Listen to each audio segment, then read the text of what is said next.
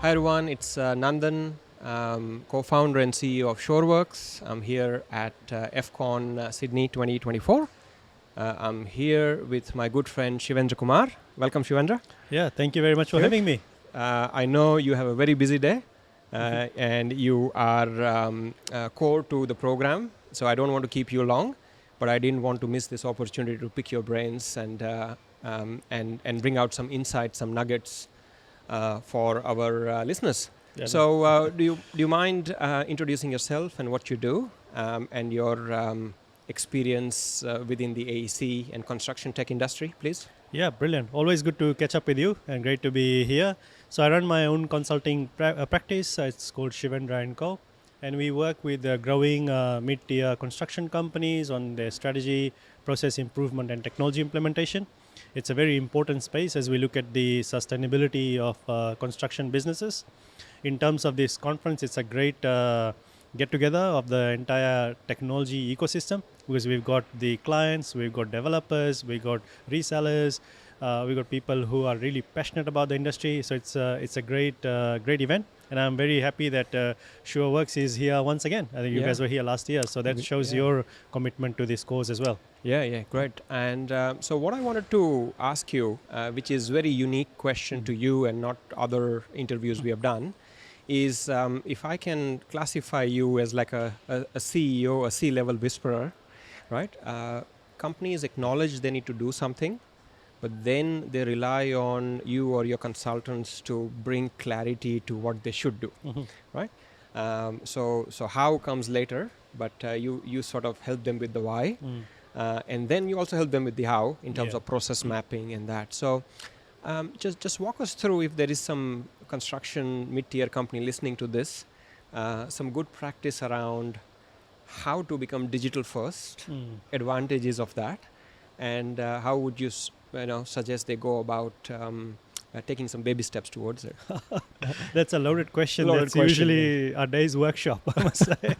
But in terms of when we look at technology, the thing for everyone to acknowledge is that technology is changing the fastest it's ever been in history. Yeah. But it will also be the slowest if we look at today as a start point, right? So it's only going to go faster. So the thing that growing construction companies need to acknowledge is that if they don't jump on board now, it's going to be too late. What used to take 5 years takes 5 months, and in the future will take 5 weeks or 5 days, right? So it's the time to get on board. So it's a time where we can take risks. But the good part is that we've got vendors, we've got enough businesses that have tried technology and are seeing the benefits of it. So it's not a sandbox project, which was the case a couple of years back. Back in the day, we'd be looking for one construction-related project management software. Now there's heaps, and they are niches like what your product does. It's a niche product, right? So there's lots that is coming through. The advice I give to businesses always is to think through where they want to go and to look at what the gaps are and start on the journey. And in starting on the journey, it's not to look at a big transformation of how the entire business operates.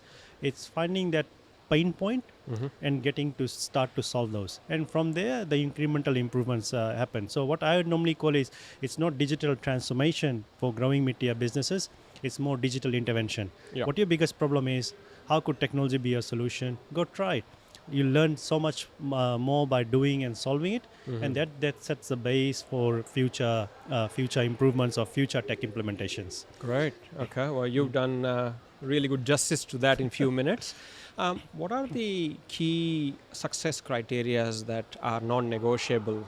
Once that point has landed that they should do something and they should do this technology intervention, what are the couple of things in terms of organizational change management and culture that you would suggest they adopt for best chance at success? Yeah, you've answered the question. Okay. So I normally tell people that a technology project is not a technology project, it's actually a people project. Yeah. Right, so we are changing how people do work. It's how people present themselves at work. So people are a key part to any technology project. More so that it is actually not a technology project. It's a change project. So it needs to be understood from day one. The right stakeholders need to be involved. But at the same time, it's a project that requires leadership. Involving people does not mean that we always go with what people might think. because the vision is often held by the executives, and they need to be firm and committed to that particular vision while seeking inputs. It's a fine balance. Yeah. But the success of a project is always dependent on the implementation and the adoption. Yeah. So we always advise to say, okay, what are some barriers to adoption? And then work backwards to say, how do I ensure that when this gets a technology solution gets implemented, there's high adoption. To my earlier point around digital intervention, if there is a pain point in the business, employees feel that as a pain point, they're committed to solving it, because that's the reason why they go home late, or why they have to work after hours, or why they have to work on Saturdays. They'll be very enthusiastic to come and solve that. And if you're putting a technology solution to solve a problem that's also the biggest problem, that's a great way to start. And one of the last podcasts we did, the clear message was that if you get this right, and it is tricky to marshal this, but the advantage of doing this right, besides positive ROI and quality of work and finishing on time, improving margin hopefully, is work-life balance. And you can pitch that to your employees to say, well, if we have holistic, comprehensive adoption of tools and solutions and automation of workflows, then we get better balance too. I'm in business as well, of course. And without the technology tools and without implementing that to manage my team, it will be very difficult for me to be even in this type of events. So it's a big aid, and if done right, the potential or the improvement potential for the business is enormous. What are a couple of things that you are really excited about next 12 to 24 months in where the industry is at? What do you think is the game changer in terms of trends and solutions?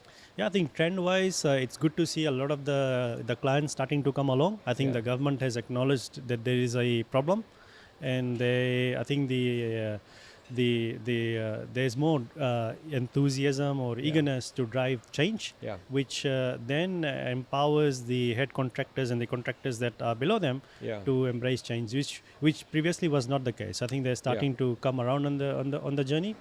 I think we have a lot of tools and solutions. What's great now is that a lot of these tools are not developed by software designers. It's actually been designed by construction professionals, and it makes it completely different. Their understanding of the problem statement is very deep and very nuanced.